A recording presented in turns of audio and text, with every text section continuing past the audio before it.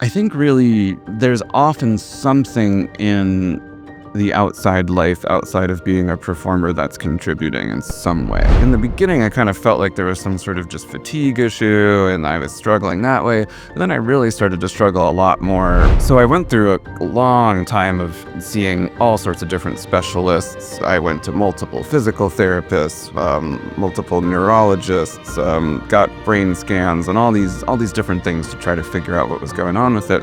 And eventually I saw a neurologist that said, hey, this really sounds like focal dystonia. So I was very lucky to find Jan Kagaris and Devin Bennett at the Musicians Wellness of North America that really helped me over Zoom do a lot of retraining in my embouchure.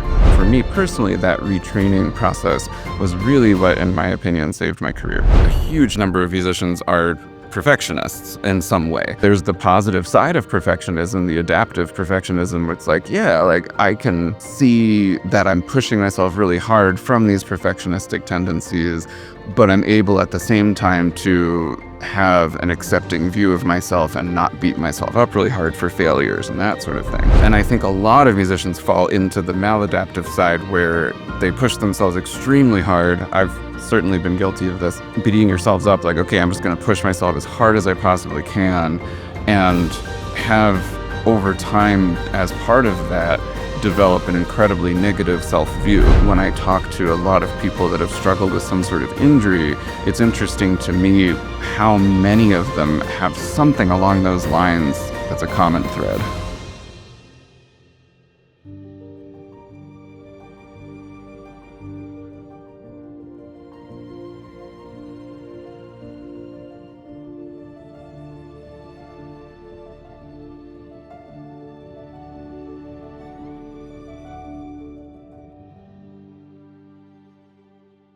Hey, welcome back to the show, everybody. This is an interview I've been looking forward to for a while. I actually met this guy a couple of months ago on the phone, or I guess over email, and then we spoke on the phone. But he was somebody that I had listened to on another very popular podcast, The Bulletproof Musician with Dr. Noah Kageyama, and talked about a lot of things, performance psychology, and also let it slip in that interview that he had gone through an injury. And so, of course, my first thought was, okay, I need to get in touch with this guy as soon as possible so I can pick his brain to pieces. And that's kind of what we're going to be doing today.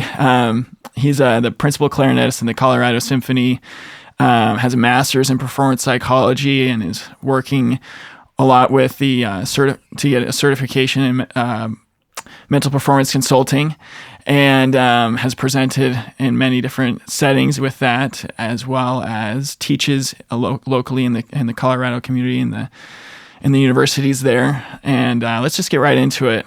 Jason Shafer, thank you so much for being here. I'm so happy to be here. I'm really looking forward to the conversation too.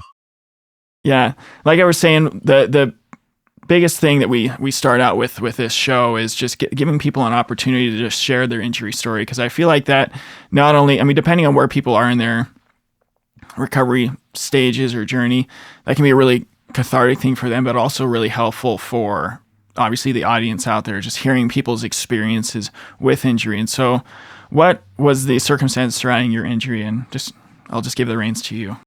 Yeah, absolutely. And I agree with you. I think even though everyone's story is very slightly different, it's, really, I think, helpful to hear other people's and kind of just say, oh, I relate to that, or I relate to that. I found that really useful myself. So first of all, I think it's great that you do this podcast and we're talking at all. It's awesome. For me, it was, I guess, actually around 4 years ago or so. It was kind of, 5 years ago, actually, before COVID hit, I was starting to have some symptoms and issues with my embouchure as a clarinetist. And I think all of your brass playing friends and other clarinetists and other woodwind players are all going to appreciate and know the feeling of, it's not a great feeling when something doesn't feel totally right here. Totally. And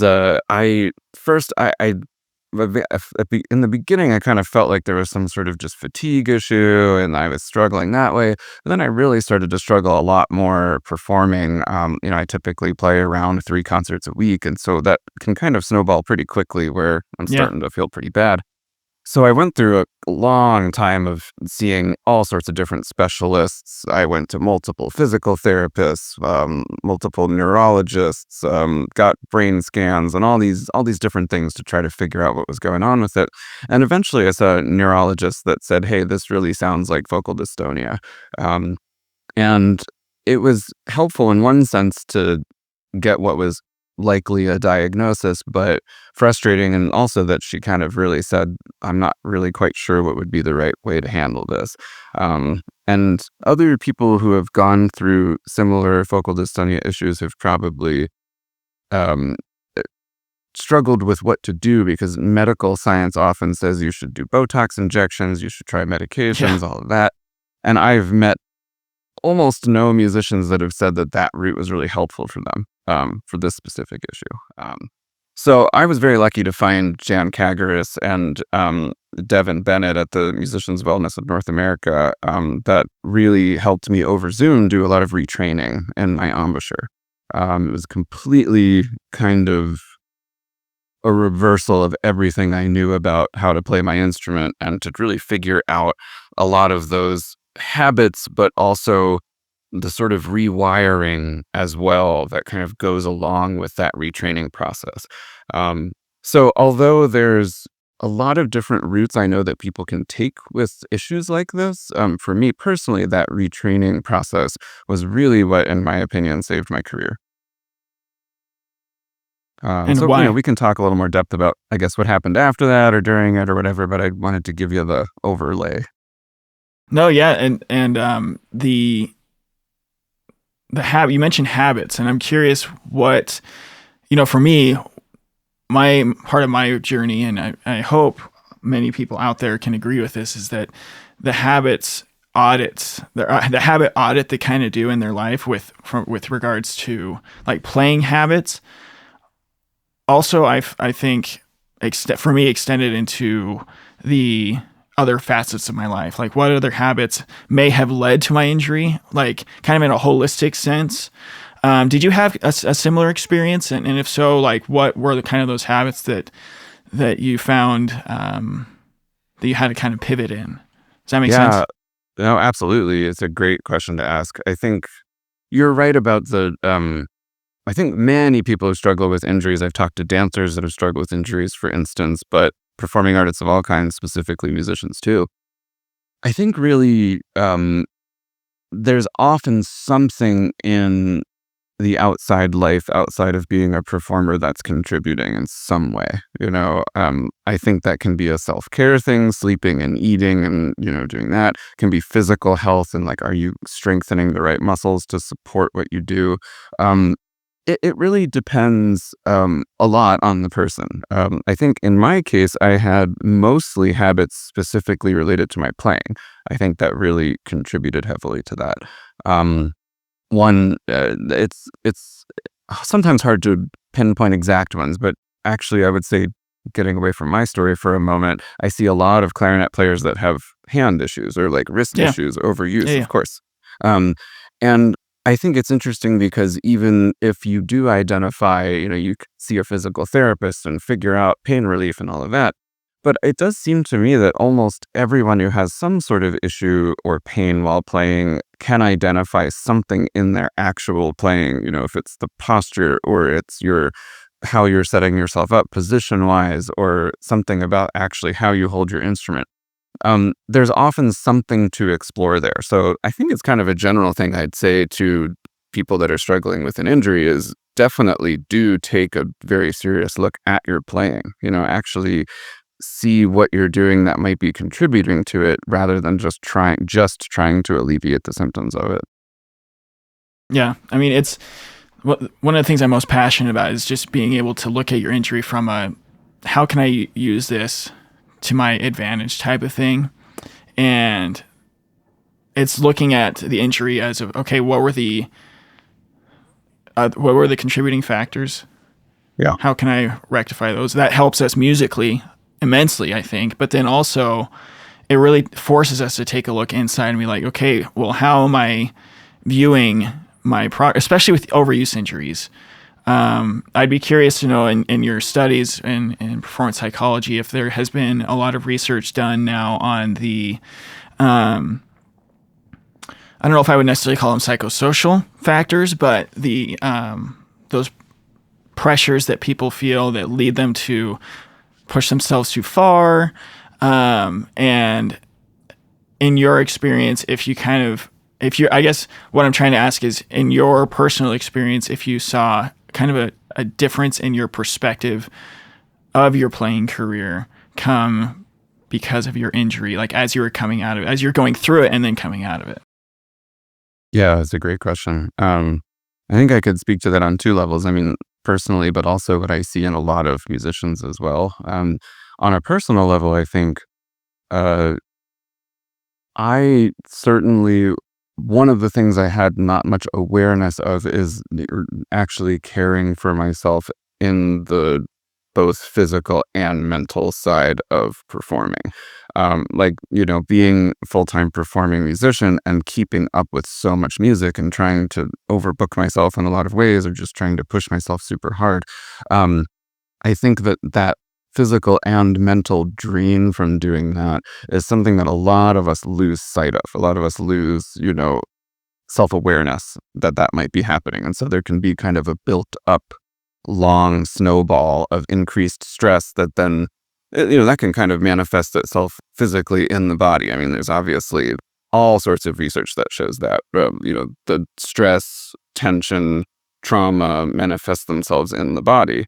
And I think if I speak to that on the other level, thinking about a lot of the other people I've talked to that have had injuries, I certainly relate on some level to all of them. But I've talked to a lot of people that have had specific playing issues caused, at least what they have found over time, is that the initial cause or the initial thing that contributed to it was actually some form of trauma, something that happened in their lives, either mentally or physically traumatic, that sort of started a snowball of something in their playing that was a problem.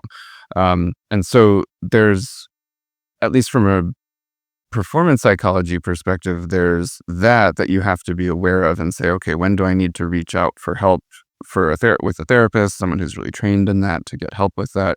And then on the other hand is what are we doing to address and think about the psychological factors of our own performance.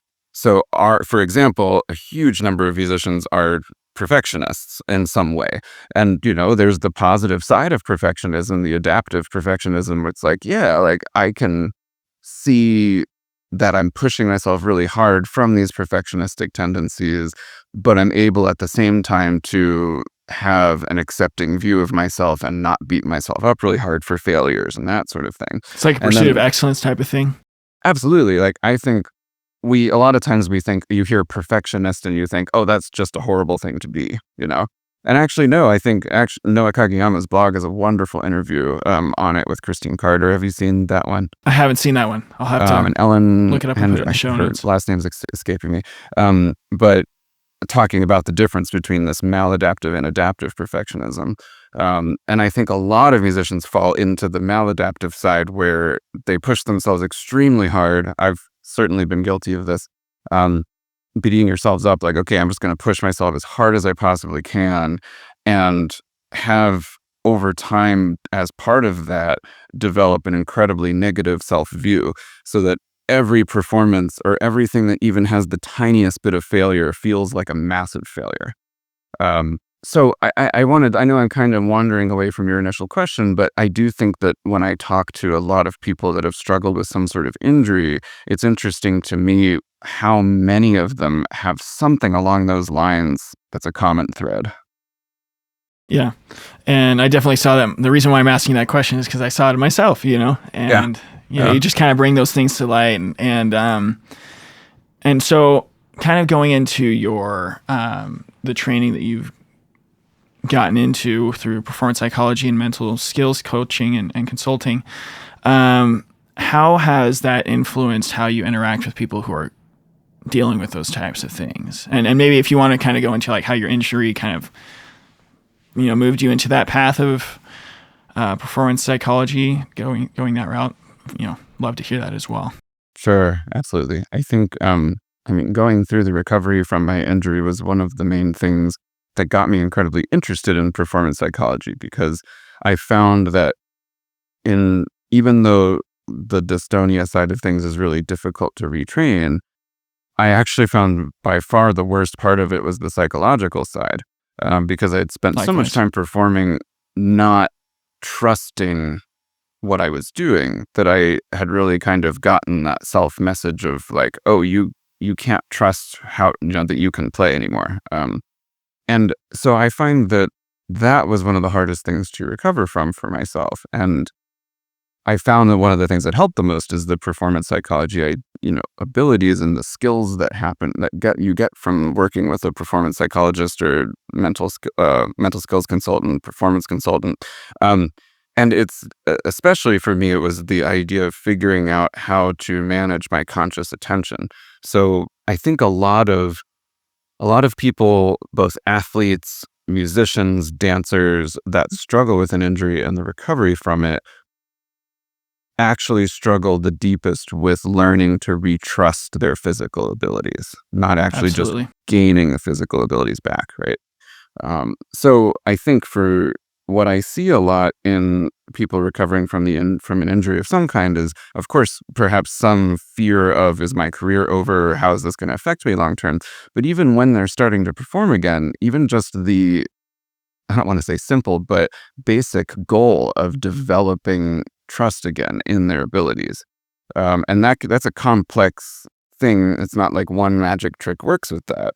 But I think maybe my overriding thing I want to say about that side of the recovery is that I think anybody with an injury does have to be really honest with themselves and aware of whether or not they are actually re-strengthening that trust in their ability. And you see this a lot in dancers, like for example, that break an ankle and have the physical recovery in physical therapy and all of that, and then they have to then go on stage again, and they really question, do I have the strength to lift my partner and do all of this choreography? Am I going to hurt myself again, or am I really ready?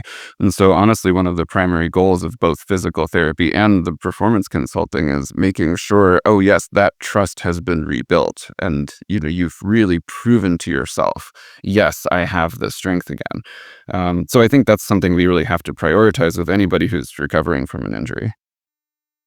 You got my wheels turning. I'm writing down a note of something I want to ask you because my next question was actually, in your conversation with Dr. Kageyama, you talk a lot about awareness and attention, and I 100% agree with you. That's been one of the biggest game changers in my life, is the ability to.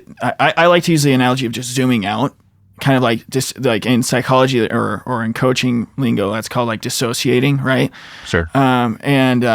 And just being able to like observe how I am feeling and dealing with the situation, and trust in oneself post injury is such a difficult thing to regain, because especially for like this is a kind of a vulnerable thing for me, but like the biggest thing for me was I was the one who pushed myself too far, and it was because of X, Y, and Z reason. But at the end of the day, that's what happened.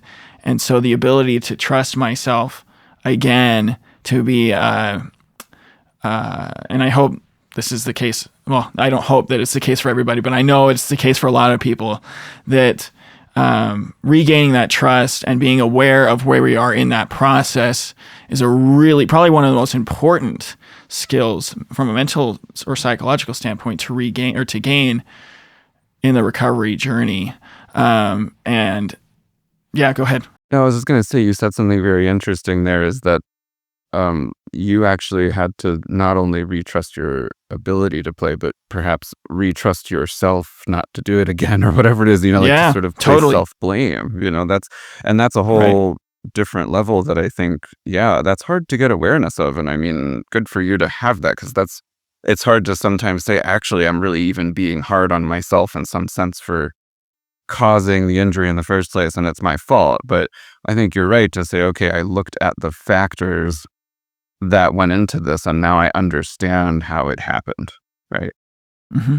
Do you feel like taking ownership of that is a healthy part or healthy decision to make. I don't know if decision is the right word, but like a healthy conclusion to come to is that, okay, these are what my choices were that led to the injury, and it's, not necessarily shaming or blaming or anything, but still like I feel like there's a dividing line there, right? Does that make sense?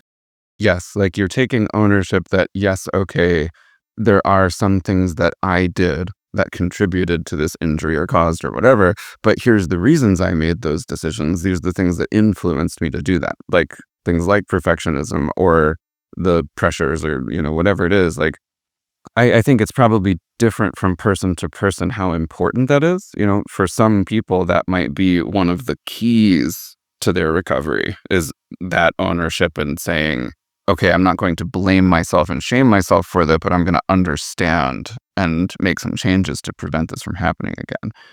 And for others, it might just be more of an ancillary, like, okay, that's interesting and useful for me. So yeah, I agree with you. I think that understanding is likely, I have a hard time imagining a situation in which doing that kind of reflection is not helpful. Yeah. Yeah, I would agree. I would agree. So my next question is you kind of alluded to it earlier, but the relationship that an injured musician or injured performer should have between maybe performance consulting and maybe a therapist or a traditional psychologist. I've had a psychologist on the show who is now a performance coach, and Cool.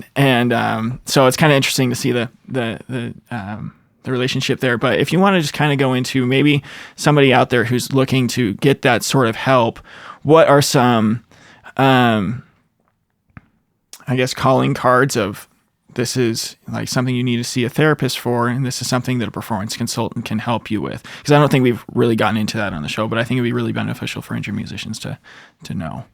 No, I'm really glad you brought that up. I think it's interesting because there are, just because, for example, that I'm not a therapist and don't have that training doesn't mean that, someone who needs therapy would have no benefit from a performance consultant. So there's definitely, Right. I think actually probably the majority of really quite most musicians that I work with are also seeing a therapist. So just to make that distinction, like someone who is a performance consultant, first of all, I think it's important for a musician who wants to, or any performing artist who wants to work with someone who is versed in performance psychology, they should have a master's degree in it, at least. And then this CMPC certification is a really important and helpful thing as well. It's actually very unusual, and there are very few people that actually have the CMPC certification right now that want to work in the performing arts. It's almost all people who are focused in athletics. Fortunately, that's changing. Like when I was just at the national conference for the Association for Applied Sports Psychology, there's quite a number of people now that are getting master's degrees in performance psychology or sport and performance psychology, and getting the certification that want to work with performing artists specifically. So there's nothing necessarily against someone who just calls themselves a life coach or has certifications in wellness and things like that. But someone who is really working as a performance consultant, has studied performance psychology, if they have those proper qualifications, they're really have actually really examined the evidence base behind what mental skills can help someone who's having any performance related issue. So I think if anybody's really interested in exploring that and how performance psychology can help you, I think understanding and looking for someone who has that expertise. It's actually, I'm not saying that's universal. Like, for example, Dr. Kageyama is like the most well-known person in this field. And he's technically, I think he's got his doctorate in clinical psychology and just did a lot of research and work in performance psychology. So I think like just making sure you really know someone's background and history and what they've actually studied. I have seen people who just say, "Oh yeah, I do work in performance psychology," but just have never looked into it at all. So I think that to answer a little more of the question of what's the distinction, we actually talked a little bit before about how your life experiences and things that have happened in your life can affect your performance, right? So if you have gone through trauma, if you have generalized anxiety, or you've had issues with depression or mood, those are all things that a performance consultant does not address. That's what the main things that therapy can help you with is what you're experiencing in your life and what you've gone through that affects your daily life, that affects your mood and your feelings. Even if those things are huge contributors to performance issues, that's really where a therapist has to be the one to work with you. The reason it's interesting though, because I've talked to a number of musicians that said, well, my only access to any help with this is a therapist because I don't know anybody that does any performance psychology work. And the therapist says, I don't know much about performing, like I'll help you with the anxiety, but I don't know. I mean, I've even had some people tell me that they've gone to a therapist and the therapist says, it sounds like music is really hard. You should probably quit. And it's just because they don't understand the reasons, right? Right, exactly. So I do think that I'm not saying that all therapists are like that. I've seen many therapists myself that are really wonderful and very understanding of the performing arts, and some that have a lot of experience with it. But I do think that sometimes getting help with those issues with a therapist, and working with someone who really is a performance consultant and has experience in the performing arts, I think can be a really incredible combination for someone who's struggling, not only with injury recovery, but anything, confidence, performance anxiety. Because I think then I find most of the credibility that I get with the musicians I work with actually comes from the fact that I'm a musician and I get it, and I struggle with performance anxiety all the time still, absolutely. I'm not some expert in that I've overcome it perfectly or something. I struggle with it myself. So I think finding someone who really understands the performing arts domain, both in a therapist, I suppose, but also someone that you're going to work with from the performance psychology perspective, I think can be really beneficial. Hey guys, I just want to interrupt the show real quick and just tell you about something I've been working on for a long time that I'm so excited to share with you. Like I've said in the past, you have the potential to make your injury become a benefit to you, an asset to you. But at the same time, I know the feeling of being lost, not knowing who to turn to, where to go, what resources to use, all sorts of things, and also how to reframe the situation, the mental skills that's needed to be able to do that. And so if you are one of those people looking for that resource, that help, that coaching, I want to tell you about something I've been working on, and that is Musician Unchained. Musician Unchained is now the newest coaching platform for musicians going through injury. It is intended to help you view your situation in a way that benefits you and make the changes in your life that you need to become the best version of yourself because of your injury. Your injury being the impetus for that change. I would love to be able to help you in any way that I can, even if that means sending you somewhere else to someone who can better help you. And so if you are interested in working together one-on-one, visit our website, musicianunchained.com/let's hang for more details. All right, let's get back to the show. No, and thank you for going so deep into that because I feel like a lot of people, if they see a therapist or if they've done both, work with a therapist and a performance consultant or psychologist, is that it's kind of, they're so intertwined in their recovery, that it's just a little bit difficult to distinguish. And then somebody who's at the beginning of that path may be able to see, okay, this is where one will help with this versus one will help with that. And the other reason why I wanted to ask you that is because some people may really benefit from a more of a coaching model of assistance, Sure. or, you mentioned life coaching or wellness or neurolinguistic programming is a big thing now. And that more of a rebuilding your confidence type of thing, at least for me, has proven to be very beneficial. And I think for somebody going through an injury, for a performing artist going through an injury, who may not necessarily have that generalized anxiety, but still, they deal with performance anxiety because they're human and, Yeah. and, of course I was just recording an episode for this show that's going to be coming out this season on identity. And one of the studies that's in sports psychology is, when an injured athlete goes through an injury, one of the things they experience is depression. And I read that, I'm like, do we really need a study to figure that out? Of course they're depressed. Of course they're depressed. They just had the carpet ripped out from under them, and when, those things are resolved, when the injuries are resolved and they're healing and coming back, I don't know, everybody's different, but, Yes. and what they need is different. And that's the moral of the story. But I guess there's just so many different avenues that they can take, where a therapist may not be able to relate to them, but help them with the other things going on in their life. A performance consultant can help them with, the awareness of the mental skills they need to develop to get through that experience, but also once they are performing again, how to manage those things, right? And then, Yes. Yeah, no, you're absolutely right. And I think, even just to clarify some of my ramblings from before, I think that, you really hit it on the head with like what everyone is truly different. And I mean, I've had people that, for example, I've seen once and found some benefit, or 20 times. And then there's plenty of people who have really found someone like Dr. Kageyama working one-on-one, where he's both a clinical psychologist and a performance psychologist, and has, both sides of that coin to help someone.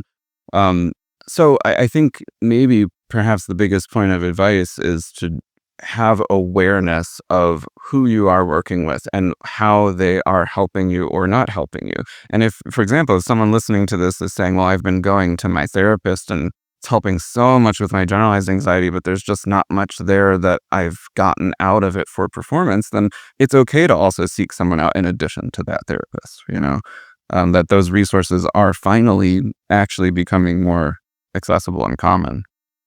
Totally. So in your work with, I want to stay on this topic just for a little bit longer, and then I've got some other questions for you. But in your work with performing artists who are going through an injury, and in your training with performance psychology and mental skills consulting, what tools do you share with them to kind of manage those ups and downs in their emotions? Because like I said, and this is where I might be overstepping my bounds of my training, but the emotional management, the emotional fitness that we need to get through an injury may just be because of the injury, right? Because we have that loss and that thing we're trying to grieve. And I don't know if like when they come to you and they're dealing with all those things, what skills are there that may not be like a psychotherapeutic domain, or solely a psychotherapeutic domain, but kind of are within that mental skill? Because I feel like emotional management is a mental skill, like full stop, right? Sure. How do you help them manage those types of things?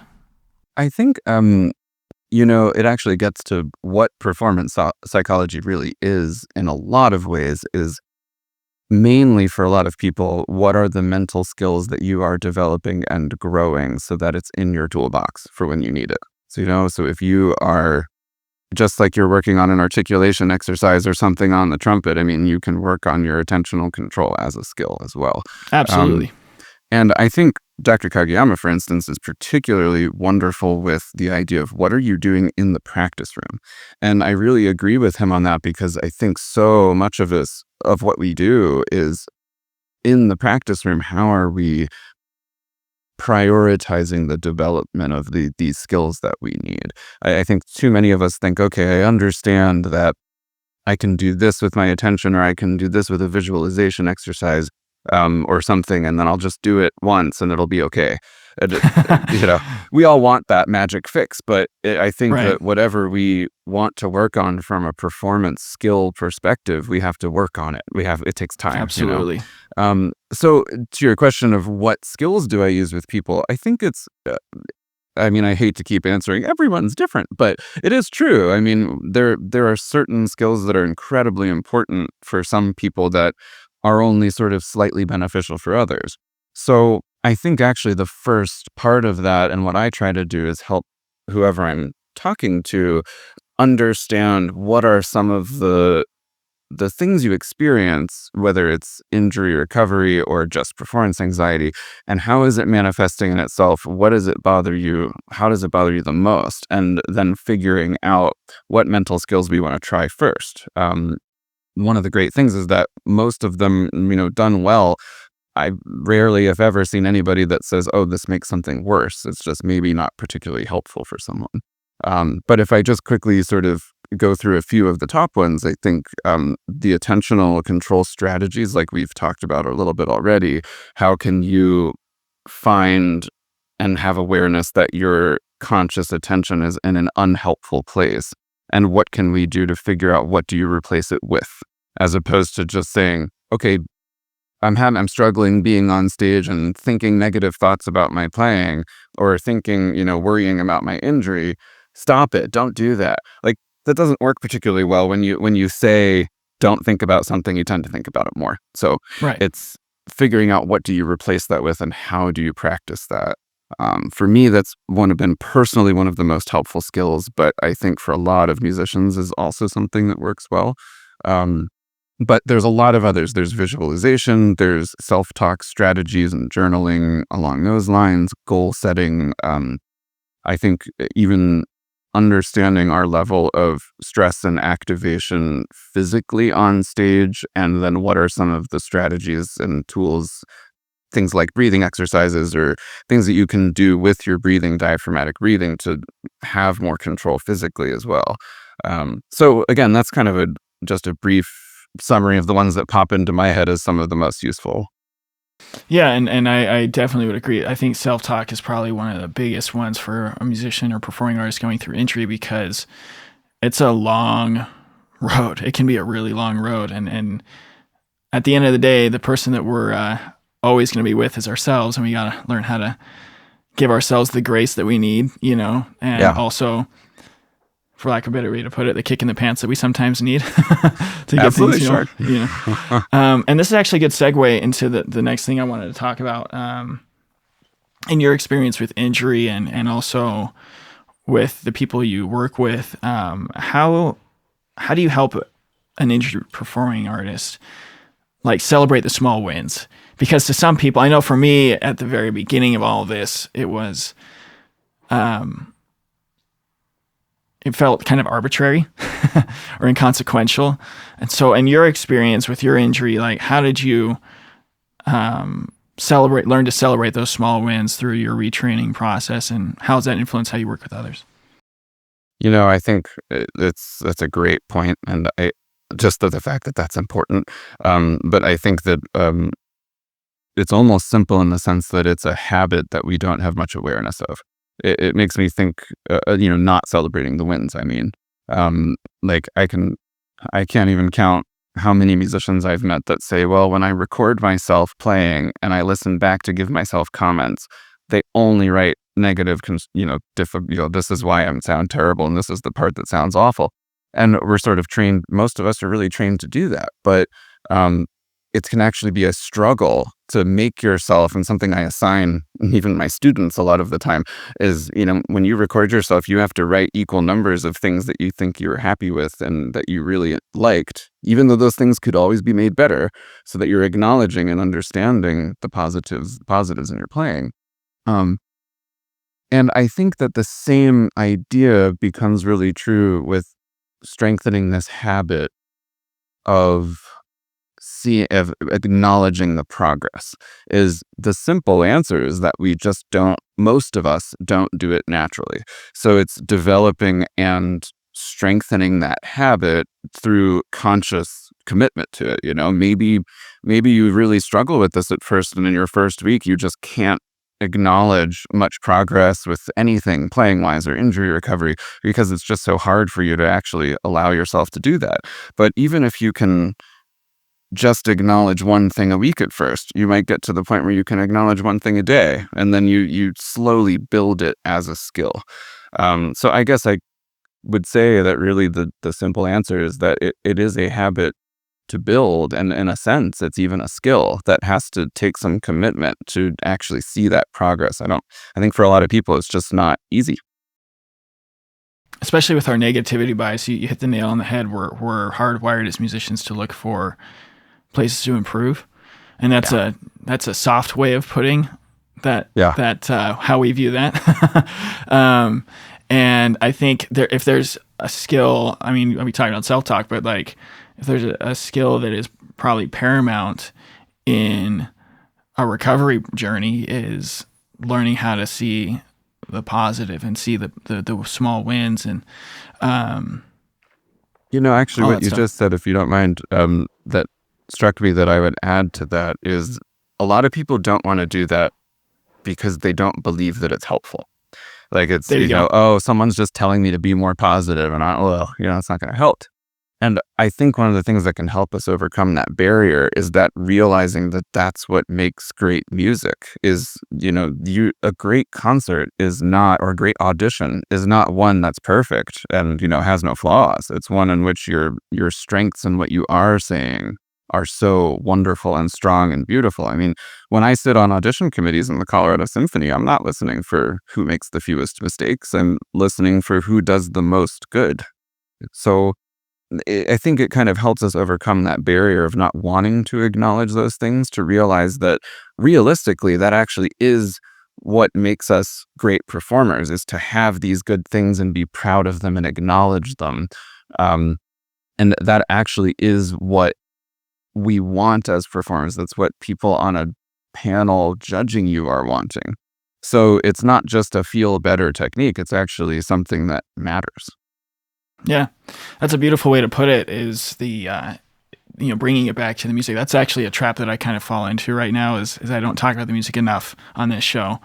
And I'm grateful you mentioned that, because I mean, who goes into a musical performance wanting to have a negative experience? Right. Audience or musician. But sometimes I feel like we kind of, because of where our focus goes, that's where our energy goes, I almost did a bumper sticker statement there, but I love it. it's just like, nobody wants to be mediocre. Nobody's going into any situation saying, gosh, I just really hope I give a mediocre performance.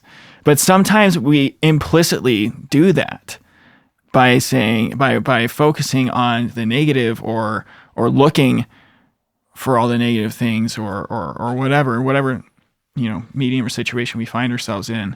And in an injury recovery journey from a mental standpoint, this is why the mental recovery is just as important as the physical side of the recovery. And this is something that's talked about a lot in sports psychology. And what we're trying to do here is that these skills are not just to make life easier. It's a strategic advantage for your recovery. And not even just a strategic advantage, but just it's a needed, critical part of your recovery. Because something that has just stuck with me, that one of my mentors and previous guests on the show has said, is that if we don't take care of the mental side of an injury, and maybe what led us to injury, even if we come back physically from it, we could end up in the same spot again, Absolutely.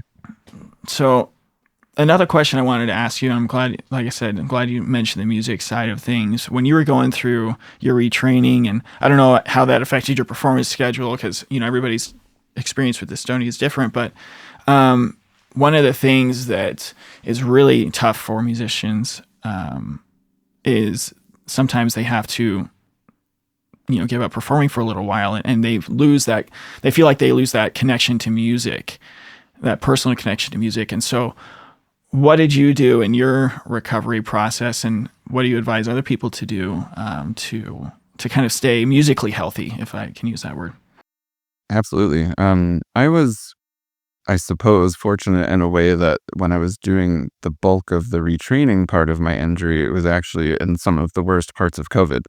And so Mm, my orchestra was much less active than usual, and I wasn't performing nearly as much as I had been uh, at that particular moment. So I was lucky in that sense. I think that the I was also lucky that I really never had to truly stop performing, which a lot of people do, as you mentioned. And even then, so on a personal level, though, I mean, I was missing performing well, and performing frequently, and as a lot of us were during COVID. And right. so I relate in that sense, and also that even if I was still performing, I didn't feel great. So I was really missing performing and actually enjoying it, and actually feeling great and having a wonderful time on stage. So um, I think that perhaps the biggest thing I'd say in answer to your question is to take the time to actually reflect on what normally does nurture you for your love of music, for your love of the the whole field. And that, again, differs from person to person. Some people just want to go to as many concerts as possible. Some people want to make their own Spotify playlists of their favorite things that they love listening to, and actually devoting time to doing that. I can be connecting and talking to people about it, having get-togethers. There's all sorts of things. Going to lessons. I don't know. I think that we often don't take the time to say, okay, I'm losing some of my not just love for music, but my hope and enjoyment of it, and remembering why I do this in the first place. And I think most of us, if you are starting to lose that, also don't even have awareness that you're starting to lose it. So I don't think there's one sort of everyone who's doing that should just go to more concerts. It's kind of, you have to take the time to think about it and be like, what nurtures me, and what nurtures that love, and acknowledge, okay, I need to devote some time to that while I'm going through this. Because that, just to help, as you say, like kind of remember the why behind it all. Yeah, because everybody, out there, they can't put a deadline on their recovery, when they're going to be recovered by.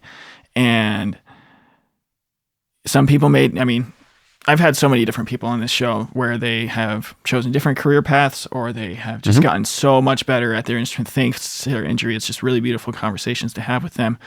And, but the one thing that they all say, whether explicitly or implicitly, is that, or that they all need, is that their relationship to music needs to stay intact in some way. And because that's the whole reason, why a lot of people, that's the whole reason why they want to come back, is because of that relationship. It's that expression, that personal expression that they can get from it. And so I think that's a skill in and of itself in injury recovery, is the ability to find different ways to connect with music other than just the act of performing. You know what I mean? Yeah, and absolutely. And what you said just made me think of something else, which is one of the barriers a lot of people feel in not being able to get to that place is if they are slightly changing careers, or if you're sort of making money in one way, but it's not exactly what you imagined you would be doing, and you really love playing, that doesn't make you less of a musician. A Absolutely lot of not. people, you think like, oh, okay, well, then I didn't do as well as I thought, or I didn't have the exact career I thought I would have. And that's not what music is about. I mean, part of the whole point is that, if you're playing an instrument or singing or composing or any of these things, you are a musician, period. I mean, it doesn't matter exactly how much of your life it is or how much money you make from it. I mean, I think that uh, trying to sort of say like, oh, I'm not as much of a musician as someone else who does this or is in this orchestra or does that thing, I think then runs the danger of, like starting to defeat yourself, I think, in a way. So I think that can be a part of this for a lot of people, and kind of having that openness to realize that it can be really important. Yeah, that identity, and like I was saying before, the identity. There's a lot of research in sports psychology I'm sure you've come across, and how athletes who have what's called a strong athletic identity, right? How their experience through injury differs from those who may not score as highly on that identity scale. I don't know how to put it, but and I'm glad you mentioned that musicians aren't necessarily just like people who are making 100% of their income from performing or whatever. It's such a no-brainer once it comes out of my mouth, but that's not what our culture trains us to believe, right? In your experience and in what you help and how you help others with their identity as musicians or performing artists, what are the types of things that you help them to kind of see in their own experiences that help them to develop a healthier sense of their identity and the relation to their career? Absolutely. I think that a lot of the research you mentioned, if people are interested in exploring it more, is usually the term a lot of people use is self-concept. I mean, there's difference, of course, between self-concept and self-esteem and self-efficacy and those three ways of viewing yourself. But self-concept is really, how do you define yourself? What is your identity? Exactly like you said. And I think that probably it's a difficult thing because that's a really complex topic of how do you strengthen your self-concept or how do you maintain your self-concept? And that actually can have some overlap, I think, with therapy in a way. Like some of that is more of sometimes an external thing that gets a little too far away from performance psychology. So I think that's one of my first reactions, is that a lot of times if someone is really struggling deeply with that can be an important thing to be talking about with a therapist. But on a more specific scale, I think sometimes we aren't aware at all of how we're defining ourselves. I've worked with some people, for example, who say that they're only really comfortable performing, many of us, I suppose, in certain situations, like, oh, I could play in band, but I could never play an orchestra, or I could play a solo recital, but I could never, play a concerto. And it's that definition of like, oh, well, I'm not a famous, for example, soloist that travels the world and plays concertos, so I can't play concertos. I'm not a concerto player. And we don't even realize that we put ourselves in those it's like we're thinking I don't fit in a certain definition of some kind.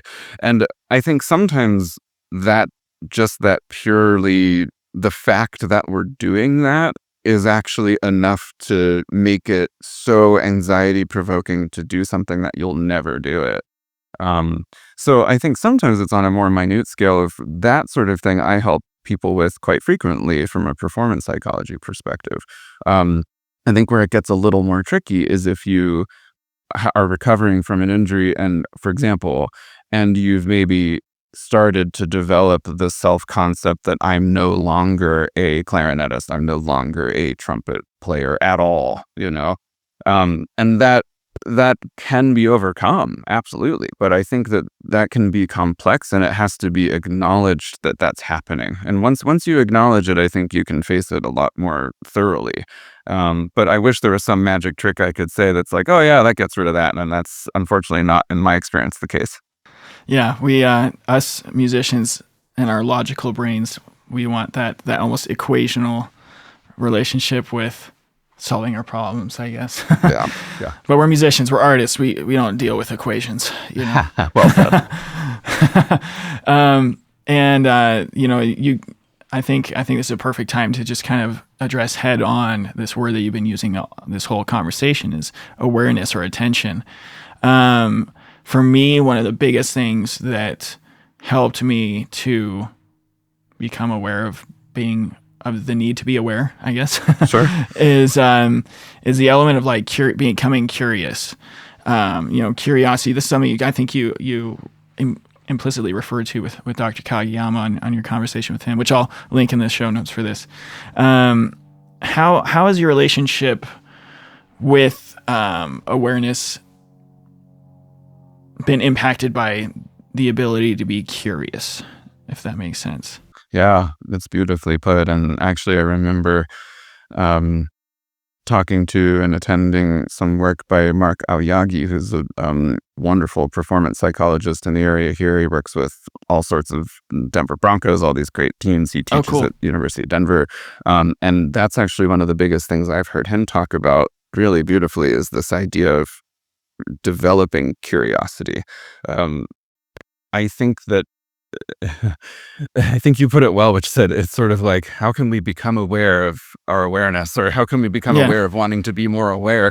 Yeah. And so in a weird sense, that's also how I think sometimes even just having a conversation like this, or someone listening to this might think to themselves, am I curious? Am I actually wanting to explore and wanting to go along this path of, finding out what I might be aware of and what I might not be aware of. So I suppose that's really the hard step that a lot of us don't want to take, is facing these things and actually saying, yeah, I'm not a particularly curious person. I've always just done what my teachers told me and practiced super hard and hoped it worked out on stage, and same thing with injury recovery. A lot of us think, okay, I've recovered in some way from either a long-term injury or short-term, and now I feel better, and the sort of talk ourselves, many of us can talk ourselves falsely into a true false confidence of, like, oh yeah, I'm great, I'm totally fine, but totally be panicking and not be fine. So I suppose that it's okay if you're listening to this conversation and you conclude, yeah, I am curious, and I listen to all sorts of stuff, and I talk about this all the time. I mean, that's fantastic.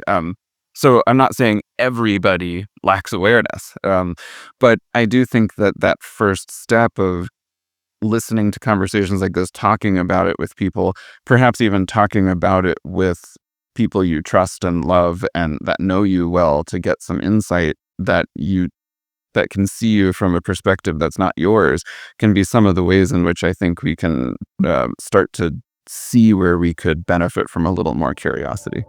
Hey guys, hope you're enjoying the show. I just wanted to jump in here real quick and tell you about something that I'm really, really excited about. For a while now, I have wanted to create an even more effective resource than just the podcast that injured musicians can go to receive the support that they need. And recently I did just that. So write this down. Trust the Process Podcast Injured Musician Support Group. I know it's a long title. We're still working on that part. But this is a place where people can go now, injured musicians and even musicians who have gone through injury in the past, and people that help musicians go through injury, where they can go to receive the support that they need, whether that be ask questions, share their victories, share their frustrations, and overall just receive the community and the support that they need in a very proactive, intentional way. And so I just ask that you guys support these injured musicians by sharing this group with them, that they can receive the support that they need. Okay, enjoy the rest of the show. Yeah, I think with that, we always talk about in these circles of performance psychology and mental skills of becoming more present. And I don't know, I mean, you may disagree, I don't know, but I don't know if it's possible to not be present to be curious and not be present at the same time, and that is such a helpful thing, a helpful skill to have when you first get injured and you're like, all these thoughts are kind of racing through your head and like, what's this going to mean for the future? All these different things, and just getting curious about your situation with like, what types of thing, like, I wonder what caused this. Like, I don't know. I feel like that framework has just been so helpful, and I've seen it help so many people in taking away the emotional charge out of a situation and dealing with the things that an injury throws at you. It's a very important mental skill, in my opinion, to that can carry into, once you're recovered and performing again or doing whatever you're doing afterwards. That's one of the most transferable skills, I feel like, in this paradigm of mental skills coaching. Yeah, no, absolutely. I think the only thing I'd add to that is that you have to, I think we all have to be careful not to beat ourselves up if we're not being perfectly pleasant. Yeah, sure. Yeah, that. There you go. But present. Yeah. I think if we're I think it's easy to say, "Oh, I've had a great day in which I was really present and I really was curious, and then I had a day where I just felt really crappy because this has been so difficult, whatever you're Oh, going yeah. through." And so I just would add to that yeah, you can be curious at times and then go through a rough day and not be, and that's okay. You can try your best to have awareness the next day. Well, and to use the word again, awareness,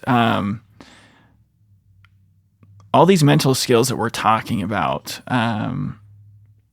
they aren't, their purpose is not to completely eliminate those less helpful emotions like anger, frustration, sadness, anxiety, or whatever. Like you mentioned that your work in this field has not completely eliminated performance anxiety. Same with me. I mean, I still have days where I'm like yesterday, actually, I was trying to practice and it wasn't going well and I was frustrated, and giving yourself the space to feel those things and not run away from them is a skill in and of itself. But then on the flip side of that, not letting yourself, I mean, it's a cliche term, but like wallow in it is also very important.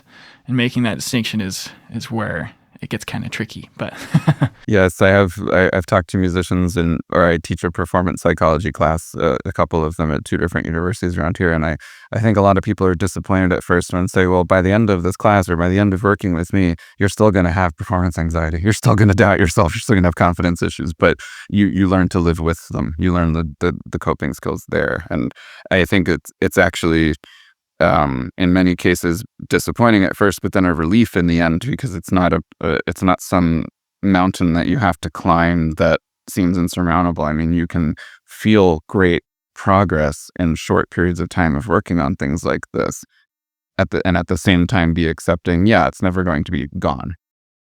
right. Well, Jason, thank you so much for being here. This has just been so fun for me, and I've really, really enjoyed our conversation today. Likewise, absolutely.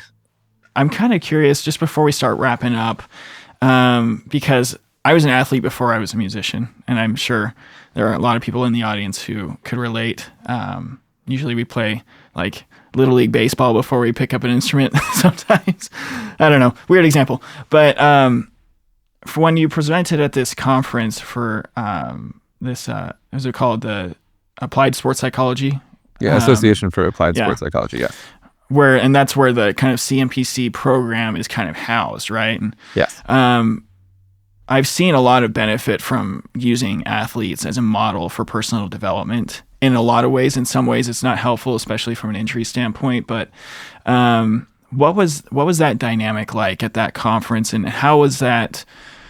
How was your work and your presentation received from the athletic community, and kind of what things do you feel like, having gone there, that musicians can benefit from athletes?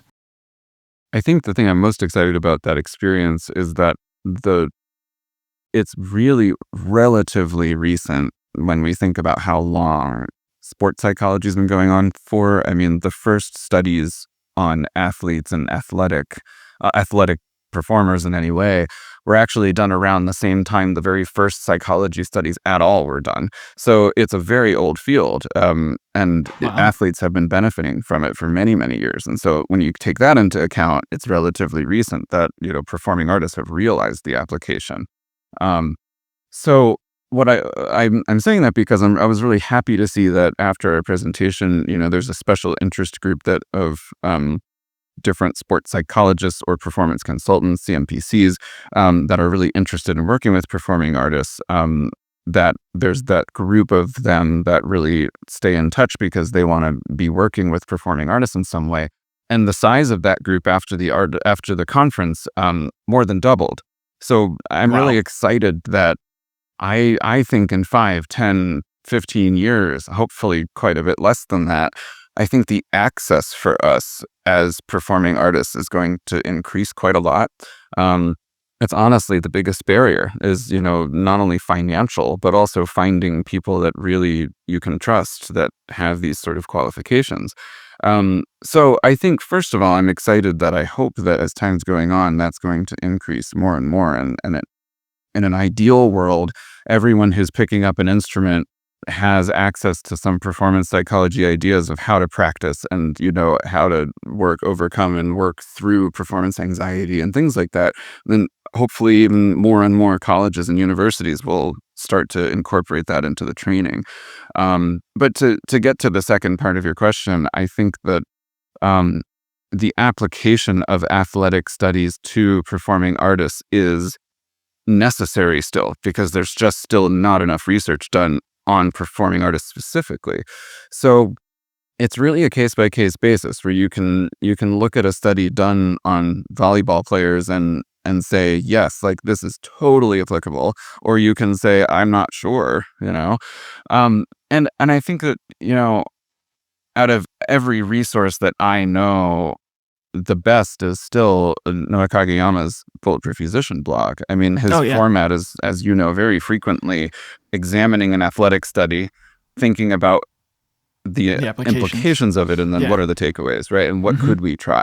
So I think maybe the best way I'd answer your question is that it's very unlikely, if you have proper guidance and you're doing it carefully, that if you're trying to apply something from an athletic study to your performing in some way, it's very unlikely that it's going to be harmful, Um, and I think that's actually how we discover, as years go on, better interventions, better mental skills, better approaches to everything we do as musicians, is to experiment, to try things. So I think that it doesn't mean everyone should just be going out there and trying everything from every athletic study, but I think we can feel pretty confident that we don't need to have fear about that, that we can't apply something from that volleyball study, for example, because it hasn't been proven with musicians yet. Maybe I think that's how I approach it. No, and I definitely agree. It's just it's the art of perfecting a craft, Yeah. and not only that, but how athletes are trained to view their own progress and view their own growth. I think where maybe the dividing line could be is just maybe in the physicality. Sure. But in that as well as just the like you look at elite athletes who have a very holistic sense of their the development of their craft and how the rest of their lives affect it. And like you think of like Michael Phelps, one of the things I've heard him talk about the most is his sleeping, routine, or the way they put in the work, but also do it in a healthy way. I think that's something I've definitely seen that musicians and artists can benefit from. So It's well said. yeah, no, I really grateful you went into that, because that's something that I try to touch on as much as I can on this show, is just connecting those lines. The last few questions I have for you here, Jason, I ask them of every guest, virtually every guest. And the first one is it's a personal one for me, because this is how I got help, was through a podcast, was through meeting somebody who was on a podcast. And so if somebody were to come up to you, a musician or performing artist, and said, hey, listen, I'm going through an injury. They could be a cellist or, trumpet player, whatever. It doesn't have to be clarinet player. But what's one thing you can tell me what's one piece of advice? Like, I just don't know what to do. What would be that thing that you would tell them? Keep expanding the network of support that you have. It would be my biggest thought, because a lot of us hope that we're going to solve everything we're struggling with one book or one person or one podcast. And I think in my own experience, the only way I ever did recover from my injury is not giving up with trying new things, reaching out to other people. And there's, fortunately, it might be hard to find, might be difficult to finance. There's all sorts of issues, but I think that if we continually seek help, we continually try new sources of support and new sources of learning and things to experiment with, I think that's how we come to the most holistic healing from an injury, both the mental and the physical. So I think maybe that's my biggest response, is just to not rely upon one source of help. It's great advice. Great advice. I think just looking at it as a team effort, right, is the biggest thing with that. The last question I have for you here is, I call it kind of a time travel-esque question, time travel question. And if you had the opportunity to kind of go back to yourself at the beginning of your injury, and you had a magic wand and you were able to say, I'm going to leave this here, this experience here, this whole journey I've been on, or take it away. You had that power. Which would you choose and why? I think, I imagine a lot of people probably answer this way, but I definitely wouldn't take it away. And I really do feel grateful for what I've learned from that process. I mean, I feel like I'm a more aware, curious, skilled musician. And actually, I would say also more tools in my toolbox, not just from a performance psychology perspective, but also from a teaching perspective, that I think I tell a lot of my students who are becoming teachers, either in the public schools or going on to want to teach privately and things like that, that you actually, I think, become the best teacher through having a struggle and then learning how to overcome it. And not just on your own, through sources of support, through mentors. So even though the injury I experienced and the recovery from it was difficult, I would not have learned the lessons that I've learned without it. So I'm glad you asked that question in general, because I think that a lot of people who are struggling with a severe injury of any kind, or even a small injury, honestly, view it in a purely negative light, right? I mean, we all just think, well, my life would be better without this. And I mean, in the moment, that is true. Like, of course, it would be easier and things would be better without it in that moment. But I like that you ask that, because I do believe that the more we see what we are getting out of a trial of what we're going through, I think the more it feels worth it to push through and make it through that trial. Totally. Man, that's a beautiful way to tie this conversation up with a bow. Thank you so much for being here and thank you for having me. Oh, absolutely. Thank you for having me. This is great. Thank you for having these conversations in general. I'm looking forward to watching more of them myself, listening to them. Perfect. And to everyone out there in podcast land, thanks for joining us and checking in and seeing how a clarinetist in Colorado has learned to overcome his injury and help other people through it. If you want to share your thoughts, obviously there's the comment section, but you can also send us a text with the link in the show notes, and we'll attach the other things that Jason was talking about as well. But if you also want to make a contribution to the show, there's also an opportunity to do that in the show notes. And if you want to work together, getting through your injury, you can find all that at musicianunchained.com. And until next time, keep on keeping on and keep trusting the process. Hey, thanks for tuning into this episode of Trust the Process, the official podcast of Musician Unchained, the newest coaching program dedicated to helping musicians navigate and overcome injury. But before you go, I have a few quick ways you can stay connected and support our growing community. First of all, I'd love to hear from you. Shoot me a text with the link below and share your thoughts, questions, or just say hi. You can also check the show out on Instagram, Facebook, and TikTok. We also would love to see you in our Facebook support group, Trust the Process Podcast Injured Musician Support Group. If you found value in today's episode, consider making a donation to support our mission of empowering musicians worldwide. Every contribution helps us create more content and resources for you. So visit link number 2 below to support the mission. If you decide to donate, I'll send you my newest resource, the Injured Musician Toolkit, which is an ebook designed to give you tools to help you get through your injury.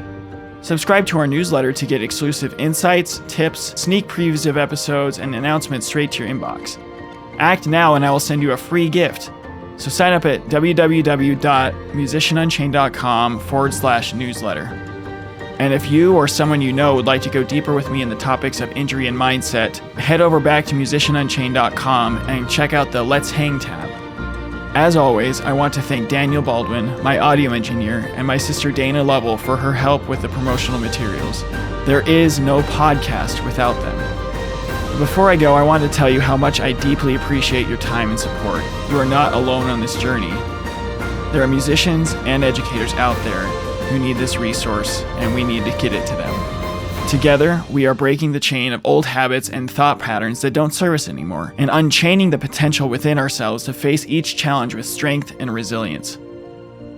So, as I always say, keep on keeping on and keep trusting the process. Until next time.